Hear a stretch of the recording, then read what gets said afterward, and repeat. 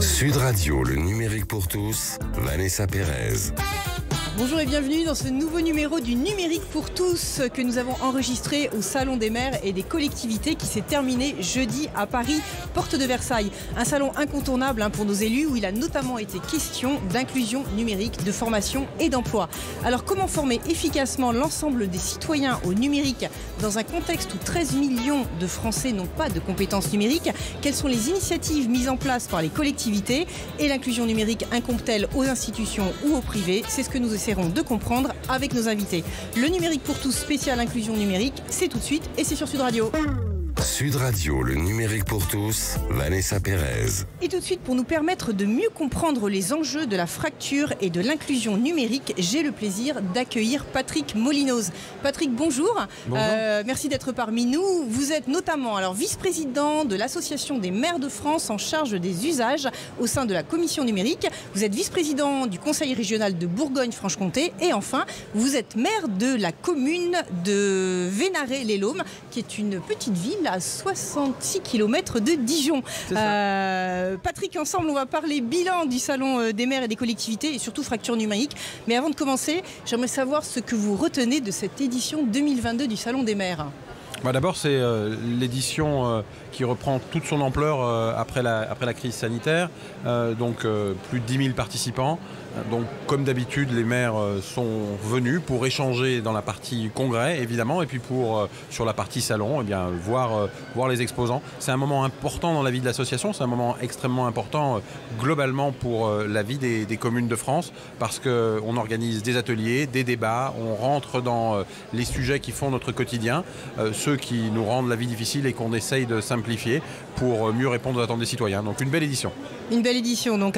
Emmanuel Macron était sur le salon des maires et des collectivités locales mercredi. Donc pas de discours, mais un contact direct avec les élus locaux. C'est d'ailleurs la toute première fois qu'un président de la République visite ce salon. Que retenez-vous de son intervention ?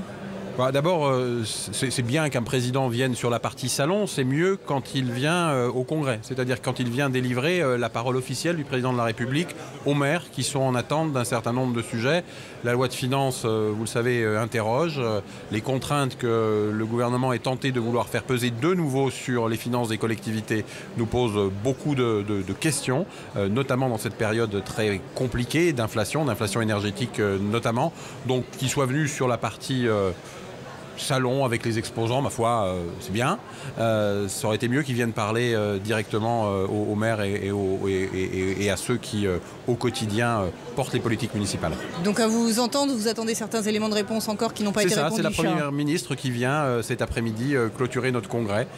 C'est bien aussi, mais on est attaché aussi à voir le président de la République l'année prochaine peut-être.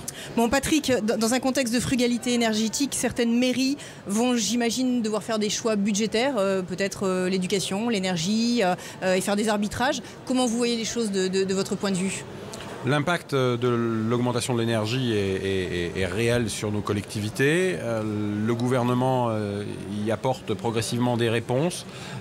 Il ne faut pas que nous en arrivions à devoir choisir entre l'éducation et le paiement de nos factures de chauffage, de nos locaux administratifs, de nos crèches, de nos médiathèques, etc. On ne peut pas imaginer une seconde devoir être dans cette posture de fermer des services.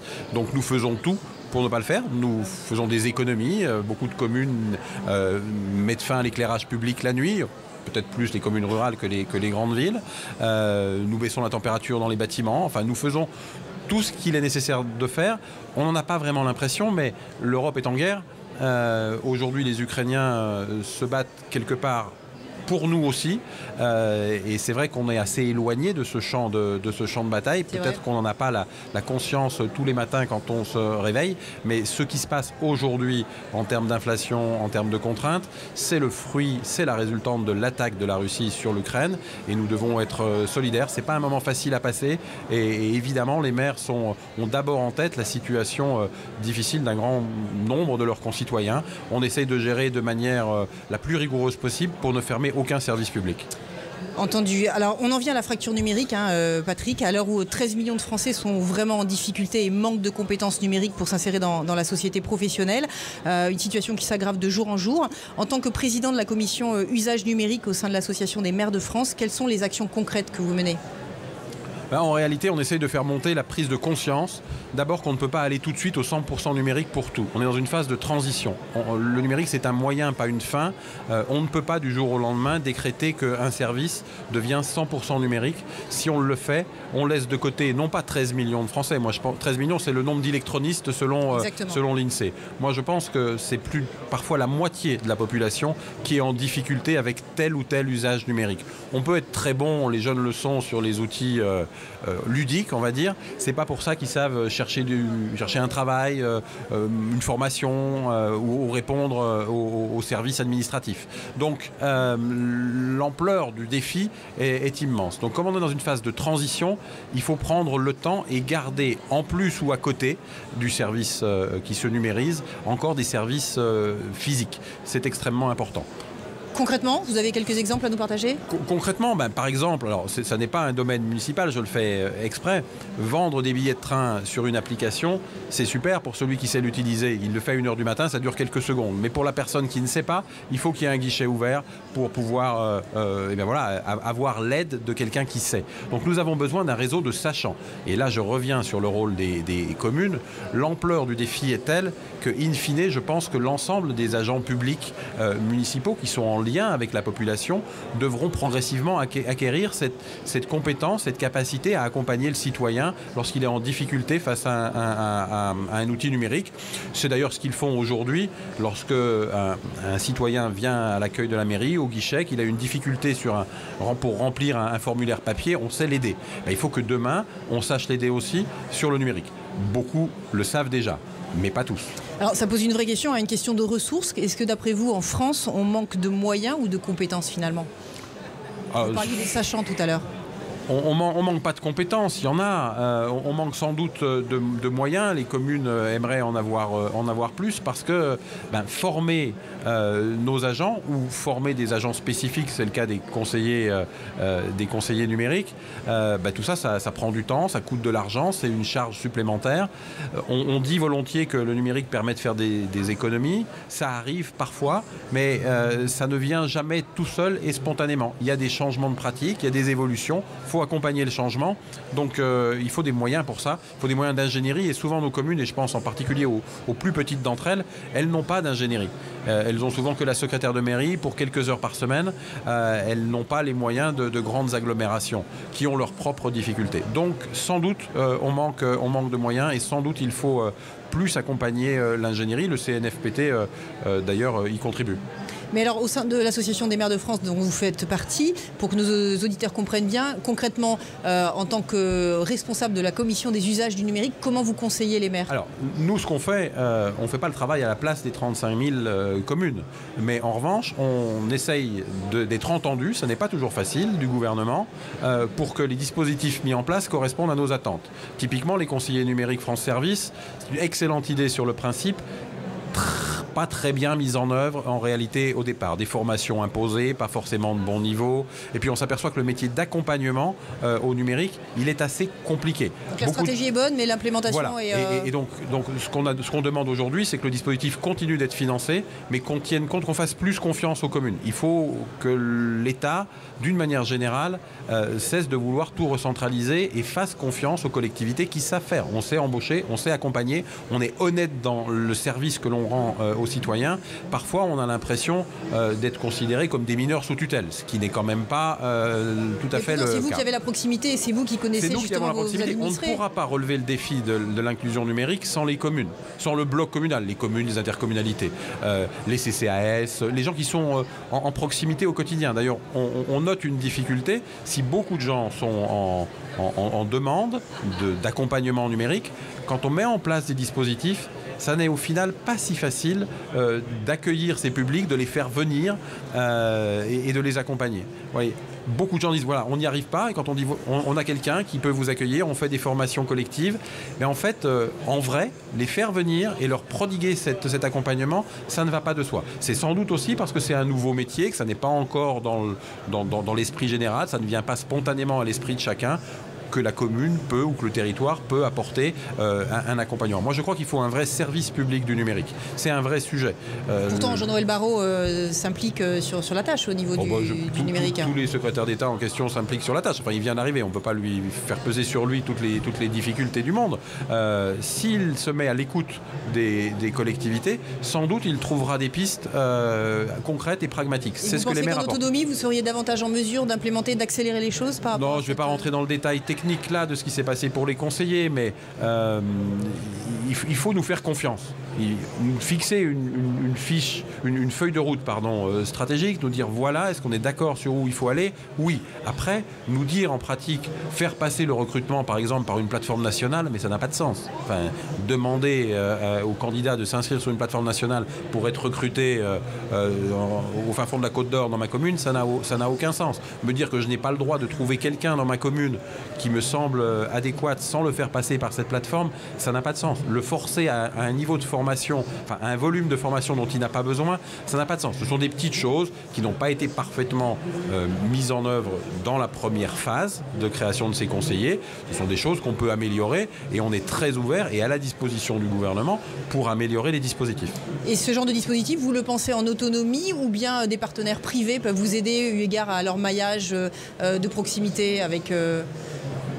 Toutes les bonnes volontés sont bonnes à prendre, si je peux me permettre. Mais encore une fois, qu'on soit sur 18 millions ou sur 30 millions de personnes à accompagner, ça n'est pas 4000 conseillers numériques, ça n'est même pas les 20 000 aidants annoncés par le président de la République. Et ce ne sont pas, avec tout le respect qu'on a et les remerciements qu'on doit leur prodiguer, les fondations d'Orange, de SFR qui vont régler le problème. Chacun, ou la Poste, chacun doit se mobiliser. Les opérateurs privés ont un intérêt direct à ce que les citoyens utilisent correctement les outils numériques. C'est évident. Donc on a besoin qu'ils s'impliquent aussi.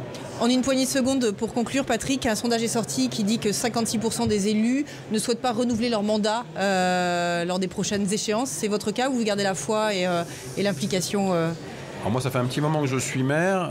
Je trouve que c'est de moins en moins facile ou c'est de plus en plus compliqué. Mais quand on a ça chevillé au corps, voilà, moi j'ai le sens du service public. Je crois qu'on peut apporter quelque chose à nos concitoyens et il ne faut pas lâcher quand la tempête est là. Bon, enfin, on est loin de 2026 quand même. Donc on a le temps de voir. Les sentiments d'aujourd'hui, on verra ce qu'ils deviendront d'ici là. Merci beaucoup Patrick Molinoz. Restez avec nous sur Sud Radio. Dans quelques instants, on vous fera découvrir une initiative inédite portée par la mission locale de Troyes pour permettre aux jeunes citoyens en décrochage de se former gratuitement au numérique. Le numérique pour tous, ça continue dans quelques instants et c'est sur Sud Radio. Sud Radio, le numérique pour tous, Vanessa Pérez. Aujourd'hui, dans le numérique pour tous, on parle de solutions concrètes pour favoriser l'inclusion numérique. Et pour en parler, j'ai le plaisir d'accueillir Isabelle Elio-Couronne. Isabelle, bonjour. Bonjour Vanessa. Donc vous êtes adjointe au maire de la ville de Troyes, présidente de la mission locale de Troyes et conseillère régionale Grand Est. J'ai rien oublié ? Tout à fait. Parfait. Donc Isabelle, la fracture et l'inclusion numérique sont des sujets que vous avez pris à bras-le-corps à travers la mission locale que vous pilotez. Expliquez à nos auditeurs ce qu'est une mission locale. Alors, une mission locale, les missions locales ont été créées en 1982, donc on vient de fêter notre 40e anniversaire. Les missions oui, c'est très jeune. Les missions locales, 436 missions locales en France, 43 en région Grand Est, et donc la mission locale de Troyes en région Grand Est est la cinquième mission locale la plus importante. C'est pour vous donner peut-être quelques chiffres repères, parce que c'est toujours intéressant. C'est 43 salariés au service de 6000 jeunes inscrits à cette mission locale de Troyes.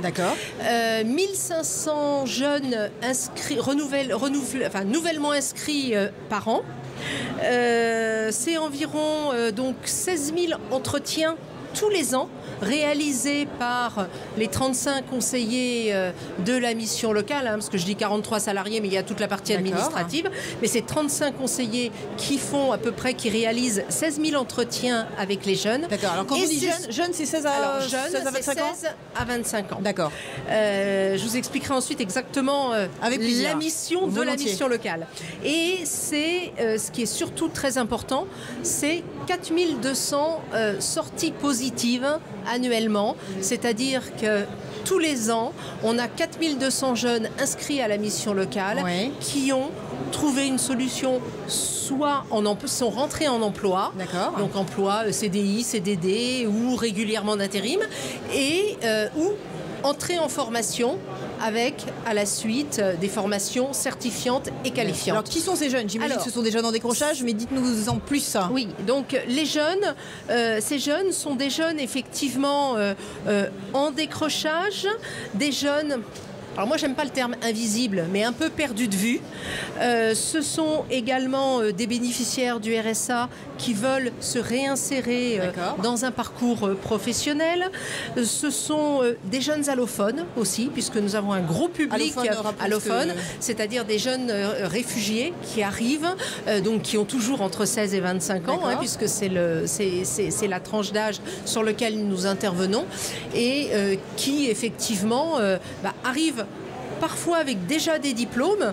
Là, aujourd'hui, sur le salon, je suis venue avec Halima, une jeune femme afghane qui est journaliste, qui a son cursus et qui travaillait et qui a été invitée à quitter le territoire afghan, et donc qui est arrivée en France, mais sans parler français puisqu'elle était plutôt anglophone.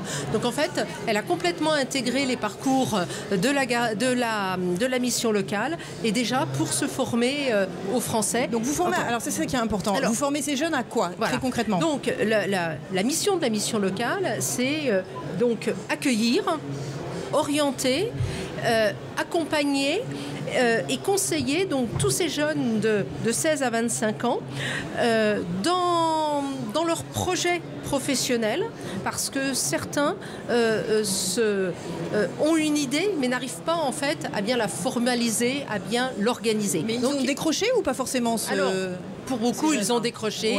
Pour beaucoup, ils ont eu des parcours personnels aussi. Un peu cassés, un peu chaotiques. Et donc, c'est vraiment les aider à reprendre confiance en eux, à redonner du sens à leur vie, en fait. Donc, à travers des formations, à travers un projet d'emploi, à travers un projet personnel. Mais ce n'est pas que l'aspect, les missions locales, de plus en plus, c'est un lieu ressource, j'ai envie de dire, pour tous ces jeunes qui sont un peu fracassés par la vie. On a un cursus, j'imagine, on a un cursus de plusieurs mois, et donc là, on choisit ses matières, comme à l'école, par exemple. Absolument. Comment ça se passe? On choisit ces matières, mais on a aussi donc ce focus emploi-formation, mais aussi tout ce qui peut être lié aux problèmes de mobilité, tout ce qui peut être lié aux problèmes de santé et tout ce qui peut être lié aux problèmes de logement. Et cet axe logement est très important, parce que comment un jeune qui ne sait pas forcément où il va dormir le soir, je ne dis pas qu'il va aller dormir à la rue, mais un jour chez un copain, un jour dans une structure, comment est-ce qu'il peut se donner une perspective de réinsertion professionnelle et de réinsertion sociale. Et vous les formez en fait. On redonne un cadre, absolument. Donc avec des parcours soit globaux, soit des parcours beaucoup plus dédiés si leur projet est déjà, s'ils ont déjà un projet en tête. Donnez-nous quelques exemples des modules, si on peut appeler ça des modules de cours que vous fournissez, parce qu'il y en a dans le numérique, mais il y a aussi des choses très pratiques. Alors, on a le numérique, mais on a aussi des choses très concrètes autour de l'apprentissage, autour d'une définition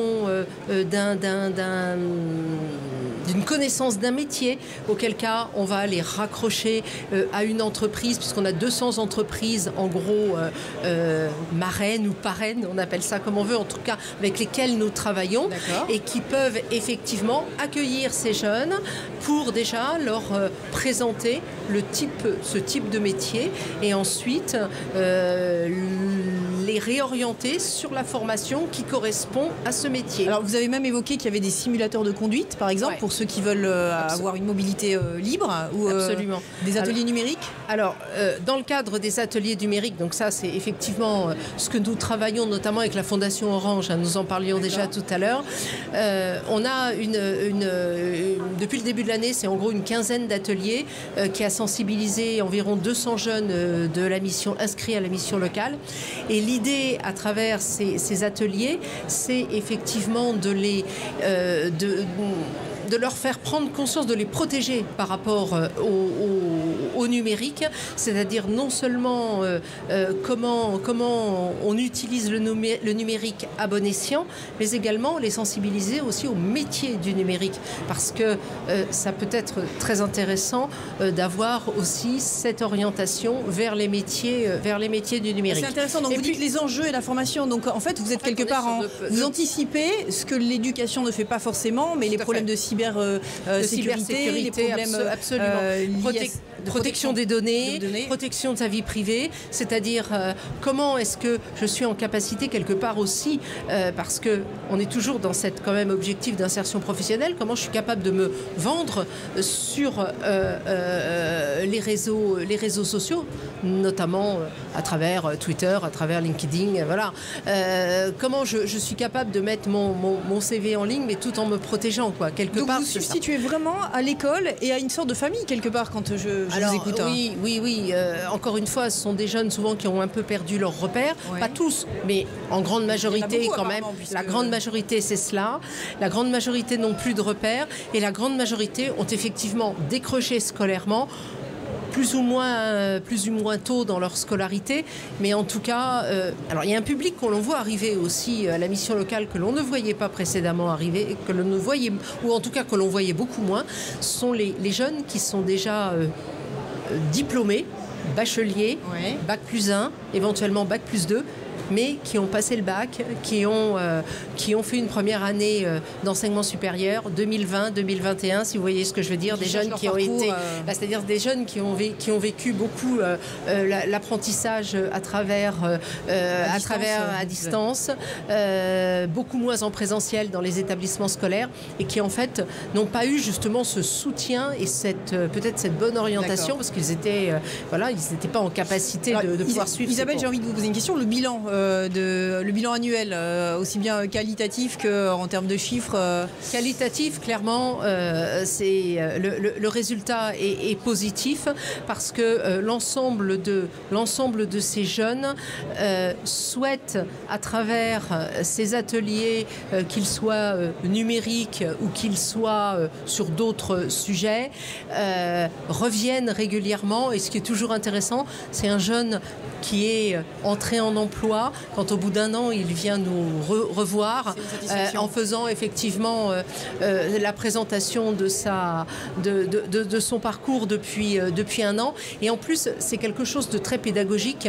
La preuve par l'exemple, j'ai envie de dire, par rapport aux jeunes qui sont peut-être un peu encore en galère, si vous me permettez cette expression, et de dire que voilà, avec un peu de ténacité, avec un peu de persévérance, on arrive effectivement à se sortir d'une scolarité chaotique, d'une période où on a été un petit peu en rupture, peut-être familiale, scolaire, sociale également, mais qu'on arrive toujours, voilà. Et l'émission locale, c'est vraiment le rôle qui nous incombe, c'est de raccrocher et d'aider ces jeunes à raccrocher en leur offrant des perspectives à travers des modules très différents les uns des autres. C'est très positif, mais une petite question sur les moyens, parce que vous me parliez tout à l'heure de 43 salariés, j'imagine qu'il y a des locaux, j'imagine aussi qu'il y a de la maintenance avec de la formation, du coaching, etc. Dans une période d'inflation, de frugalité énergétique, si vous avez à faire des choix, et je vous posais la question tout à l'heure à Patrick, c'est pas un petit peu compliqué d'avoir arbitré ?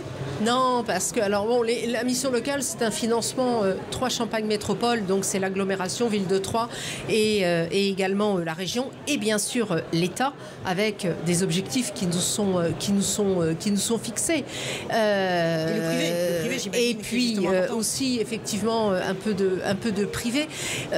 Non, il faut être inventif, il faut être imaginatif, parce que pour cette jeunesse qui est un peu perdue, l'objectif c'est vraiment de pouvoir les accompagner au maximum et le plus loin possible. Merci beaucoup Isabelle pour votre optimisme et votre foi dans l'avenir de ces jeunes. Le numérique pour tous, c'est fini pour aujourd'hui. Merci aux équipes qui ont permis de réaliser cette émission sur site. Je vous souhaite une excellente semaine et on se retrouve dimanche prochain.